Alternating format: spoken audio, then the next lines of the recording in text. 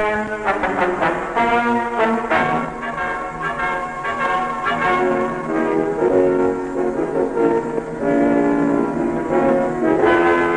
is Henry Simon bringing you another story from my files here at the Missing Persons Bureau.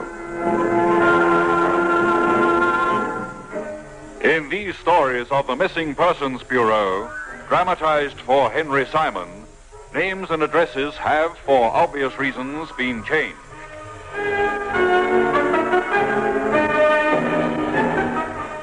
The Colgate Show, Address Unknown, is brought to you by the makers of Colgate Dental Cream, Colgate Toothbrushes, Colgate Shampoo, Colgate Beauty Soap, Colgate Hairspray, and Colgate Talc.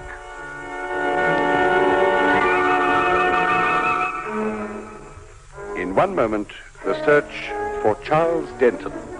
Address unknown.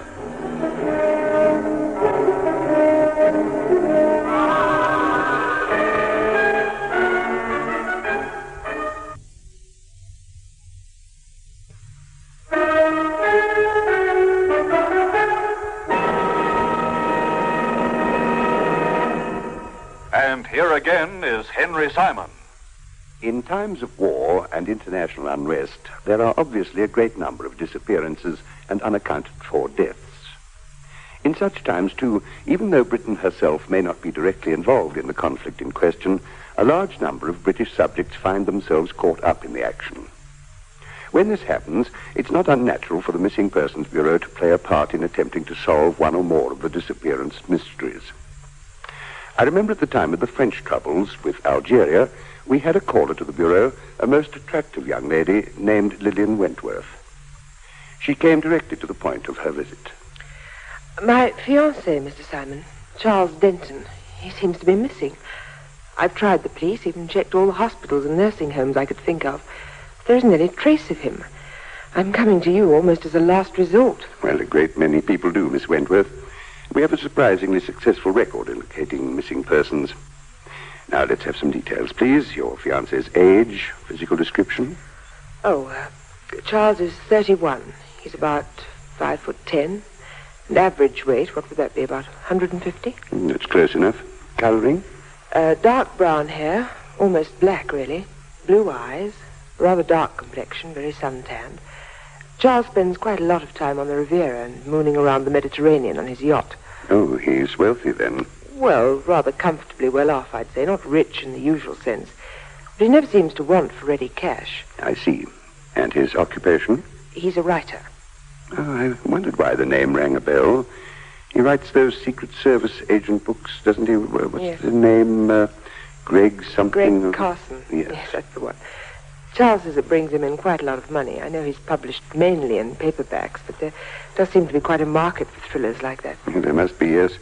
Just about every bookstore or station newsstand displays dozens of books of that type. You say he moons around the Mediterranean quite a lot. Just how much would that be? Oh, for weeks, sometimes even months at a time. He does most of his writing on his yacht. He says you can't find peace like that in any other way. He's probably quite right. Oh, the times I've been aboard Lady Susan have been wonderful. Nobody to bother you, just the sea and the ports of call when you feel like company. I wish I could live like that all the time. I should think all the time would become a bit much, Miss Wentworth. Times like that take on an added flavor when they're not overindulged in, if you'll pardon the split infinitive. You could very well be right, Mr. Simon. Now, back to your fiancé. If, as you say, he's always away for weeks or even months at a time, how can you be sure that he's missing?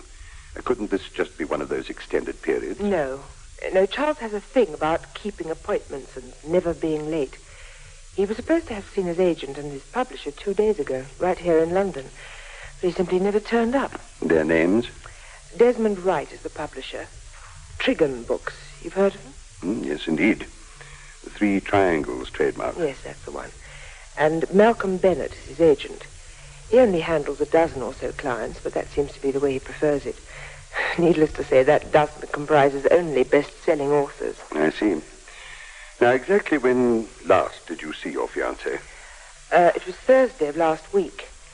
He said he'd only be away for 3 or 4 days, but now it's a full week. There's no sign of Charles. Do you know where he went? Yes, he went to Paris. He stayed in his flat there. Number 14, Rue Petier in Montmartre. 14 Rue Petier, Montmartre. Good. You're sure of that, Miss Wentworth? Sure that he did go to Paris? Yes, quite sure. He telephoned me on Thursday night and again on the Friday. Excellent. And his address here in London? 27 Maxton House, Dawes Avenue, Kensington. Oh, that's his home base, really. It's a lovely flat. Now, is there anyone there at the moment? I shouldn't think so. He has a woman who comes in every morning to do the cleaning chores and dusting. Sometimes she cooks for him, too. And her name? Mrs. Kreppel. Kreppel. She's not there this afternoon, then? No, she always leaves at about 1 o'clock. Pity. You wouldn't happen to have a key to the flat, would you? Yes, I do have. Charles gave me one some months ago. But why should you need one, Mr. Simon? Well, the agent I'll assign to the case will probably like to have a look round there. It'd be easier, and I'm sure a lot more comforting to your peace of mind, if you were there when he did so. Oh, I see. Yes, well, that would be fine. Is there anything else, Mr. Simon? Not that I can think of at the moment. If you just leave me your address and telephone number, I think that'll take care of everything. Oh, and I shouldn't worry too much about all this, Miss Wentworth. In most cases involving missing persons, there's usually a very banal and innocuous explanation. You said in most cases, Mr. Simon. That's what's worrying me. Perhaps Charles is one of those that isn't.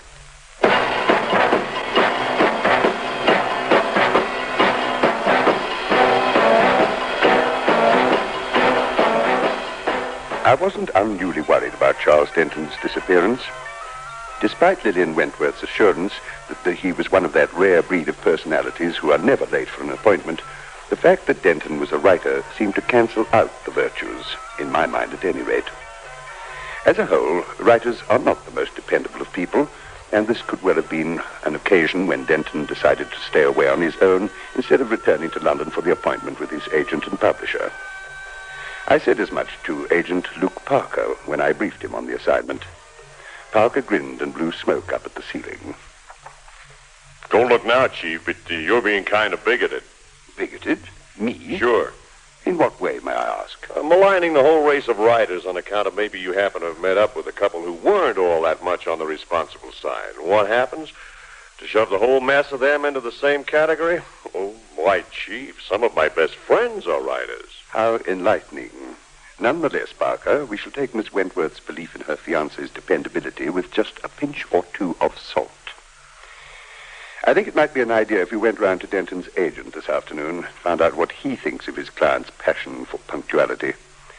It may turn out that Lillian Wentworth has a rose-colored view of her fiancé. Sure, will do. Got his address?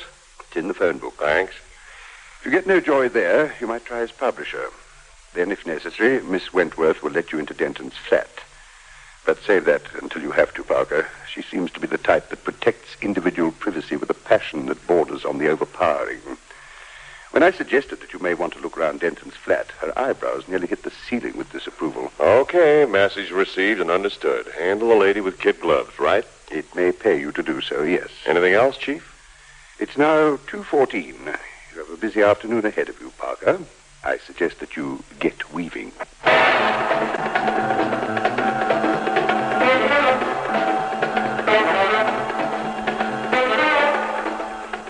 Parker telephoned Denton's agent, Malcolm Bennett, and arranged to call round at his office within the hour.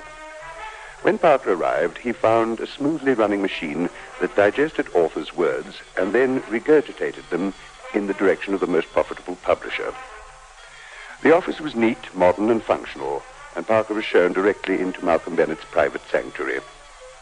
Bennett himself was smooth, affable, but for some reason best known to Parker, he irritated. There was a measure of pompousness to the man that had no trouble in making Parker's hackles rise. Charles, of course, is one of our middleweight writers, you know. Churns out the words like sausages, and most of the time they don't need much in the way of revision or polishing. Mainly paperback sales for Greg Carson, usual market stuff. Not one of the really best-selling chappies we have in the stable, but better than the bottom rung fellows. The sort that write one good book for every 5 or 6. No better than mediocre. Dependable, yes, on the whole, I'd say he was. And the fact that he didn't show up for your appointment was out of character for him.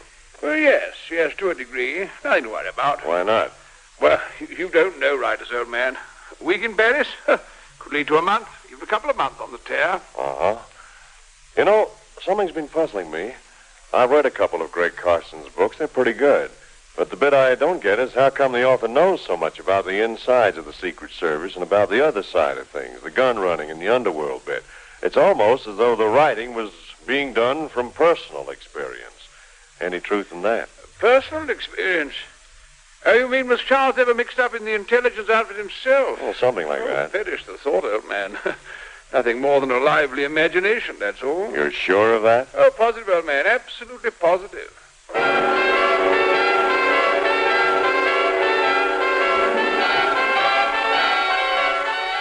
Parker tried without success to get hold of Denton's publisher, Desmond Wright, and the trail had abruptly worn a trifle thin. He decided to take a look round Denton's flat, and accordingly contacted Lillian Wentworth and arranged to meet her at Maxton House at 5:30. She arrived on time and unlocked the front door. Go ahead, Mr. Parker. Although I must admit I fail to see the point of your snooping around here. Snooping? Oh, I wouldn't call it that, Miss Wentworth.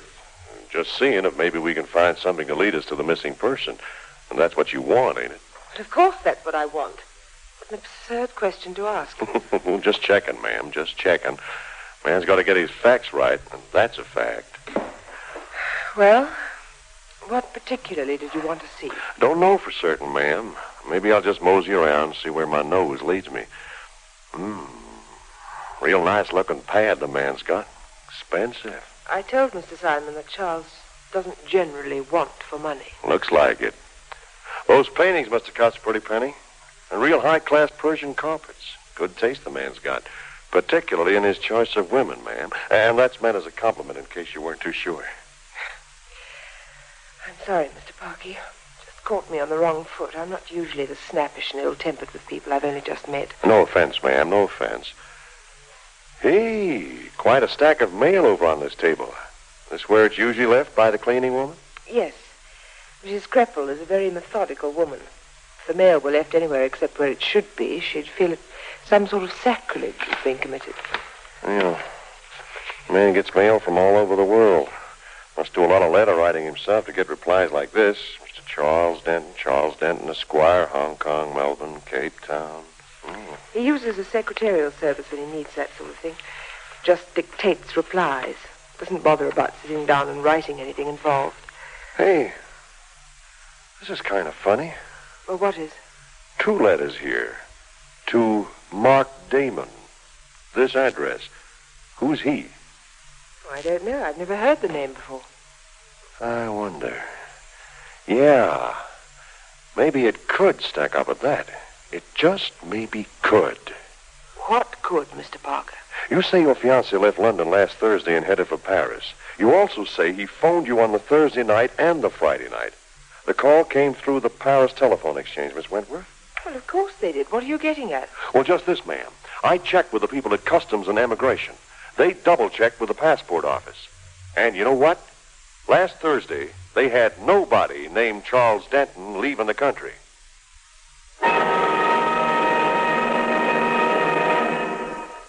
Henry Simon returns to continue this story in just a moment. You are listening to The Colgate Show, Address Unknown. And here again is Henry Simon.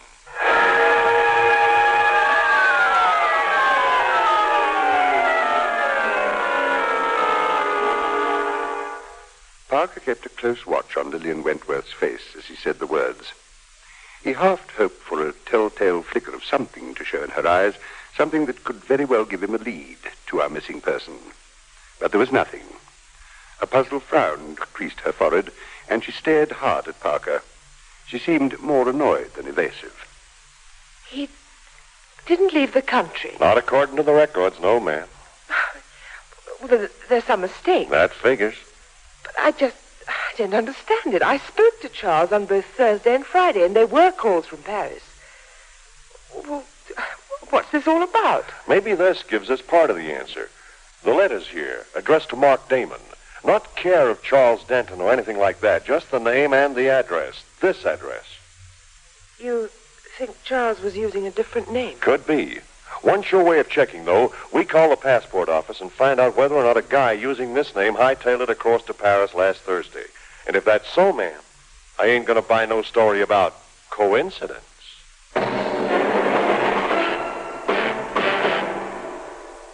That's it, Chief.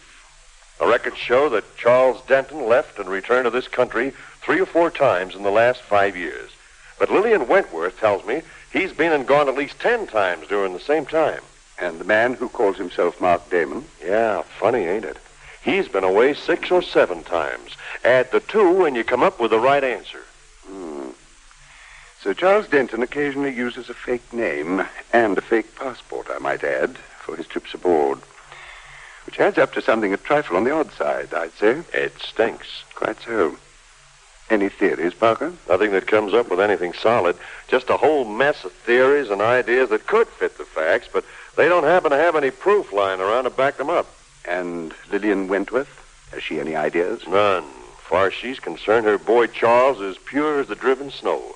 And this double passport jazz don't make any kind of sense to her. You sound as though you believed her. Yep, sure do.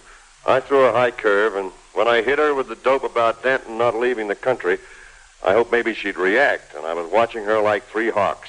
But no soap, Chief. It didn't mean a thing to her. And you know the way I am with phonies, I smell them from miles away. Not so with Lillian. She's on the level, but somebody else might not be. Who? Malcolm Bennett. Denton's agent? What makes you think so? I don't know. Nothing he said, nothing he didn't say, but I didn't like the way he said it. Too glib, too smooth, too much like he was trying to lead me away from where I was heading. Anything in particular? Just one. In one breath, he told me Denton was a reliable cat, real dependable. And the next, the fact that Denton didn't show up for the appointment meant nothing at all. Just the way writers behave and forget about it. Interesting. What now, Parker? Paris. I checked with our client and she okayed it. That's where Denton was, so that's where we pick up the trail, okay? His flat. How do you get in? Easy. Lillian Wentworth had a key for that one, too. This one. Any more questions? On your way, Parker. On your way.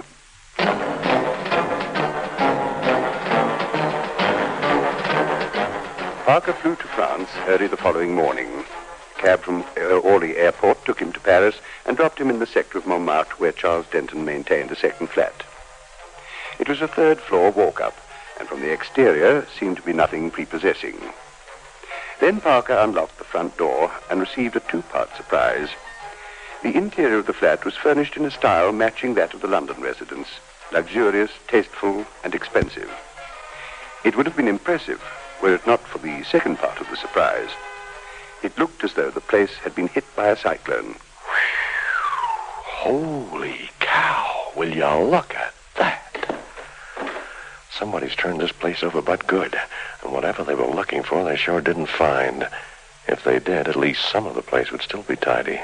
But they went through it from top to bottom. Pillows ripped open, drawers pulled out, every scrap of paper in sight given a close inspection. Yeah, whoever was responsible for this little search sure knew what he was doing. But what were they looking for? That's the jackpot question. Doesn't seem to be anybody here. Let's check the bedroom.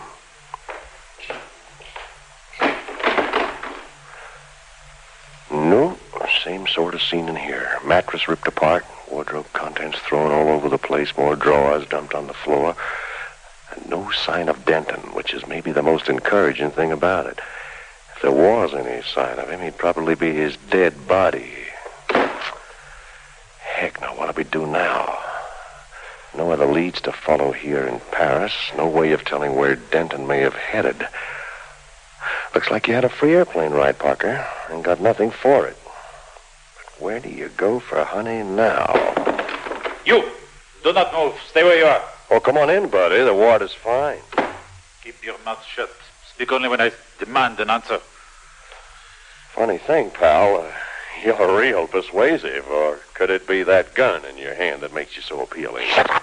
It would be to your advantage to do as I say, my friend. And I want you to speak. Speak. But not in any other circumstances. Understood? Yeah. Now, who are you? What are you doing in this apartment? Looking for the owner. My name's Parker. For whom do you work? Missing Persons Bureau. What? Are you attempting to mock me? I would advise against such foolishness. You asked who I work for, I told you, no gag. I do not believe you. For what reason are you in Denton's flat? You did not break in, therefore you had the key. From where did you obtain it? Well, how do you know I didn't break in? This apartment has been under observation for several days now. We expected one of Denton's associates to arrive, and we were not wrong, were we? Very wrong, pal. I have never seen Denton before in my life. You think we are fools? Turn around. What for? Turn on. Okay, buddy. That's the way you want it.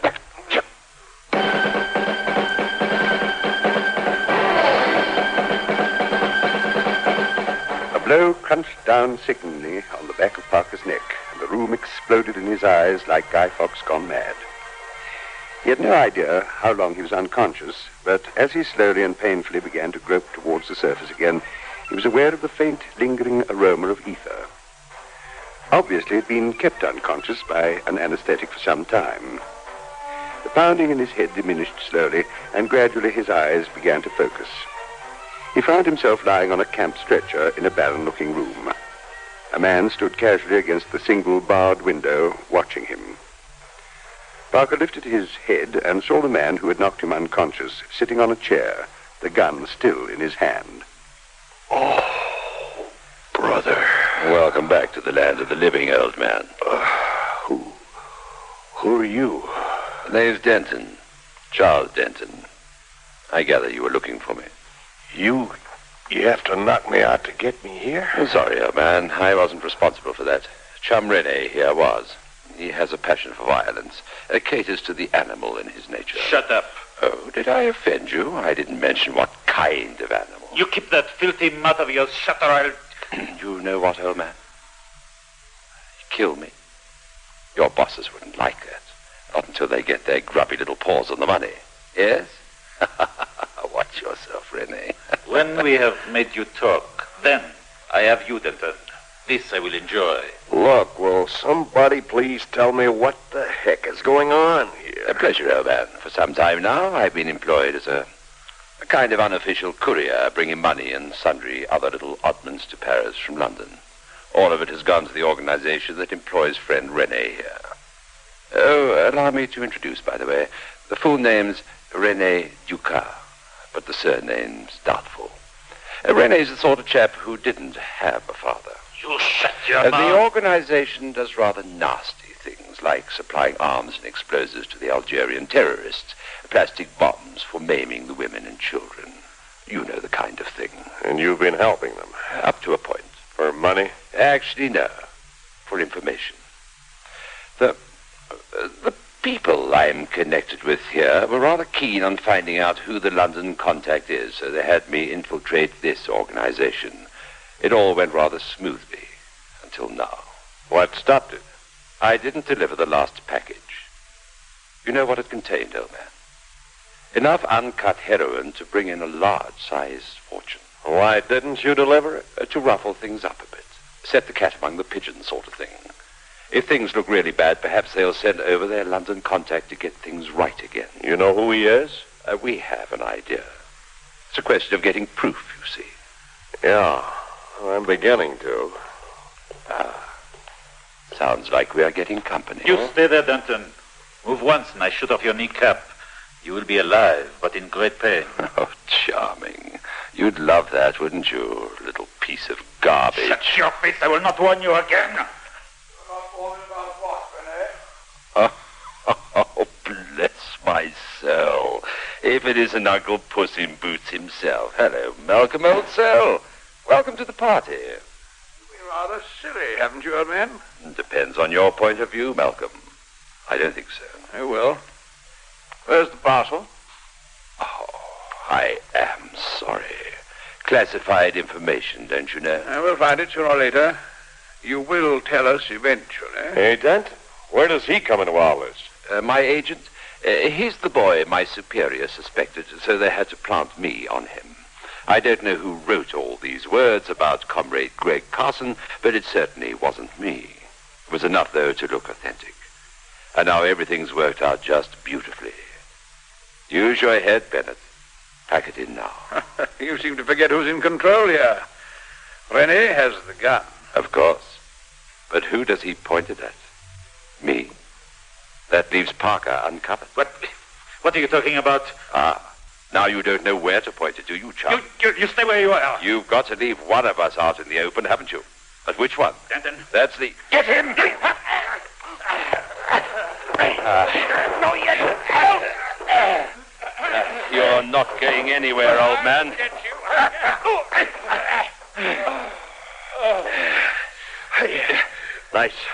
Nice going, pal. Thank you. That was one sweet right cross. Yes, I'm sure Bennett appreciated it. We couldn't have him walking out on us, could we? No, wouldn't have been at all polite. Thanks for the help, old man. Whoever said Anglo-American relationships were deteriorating?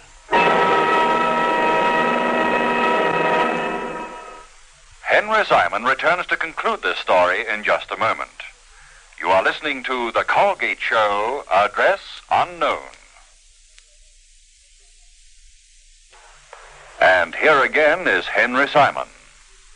Luke Parker had found himself in the thick of a deadly game involving gun runners, drug addicts, and terrorists. But his quick thinking in diving for the man with the gun had saved what could have been a highly unfortunate situation.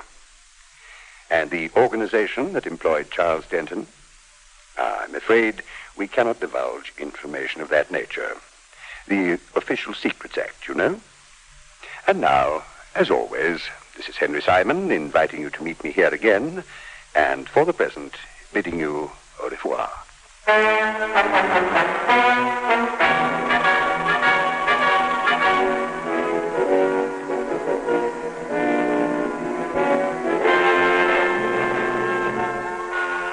The Colgate Show, Address Unknown, is brought to you every Saturday by the makers of Colgate Dental Cream, Colgate Toothbrushes, Colgate Shampoo, Colgate Hairspray, and Colgate Talc. Listen again next Saturday evening at 7:30 when Henry Simon will introduce another story in the gripping and unusual series, The Colgate Show, Address Unknown.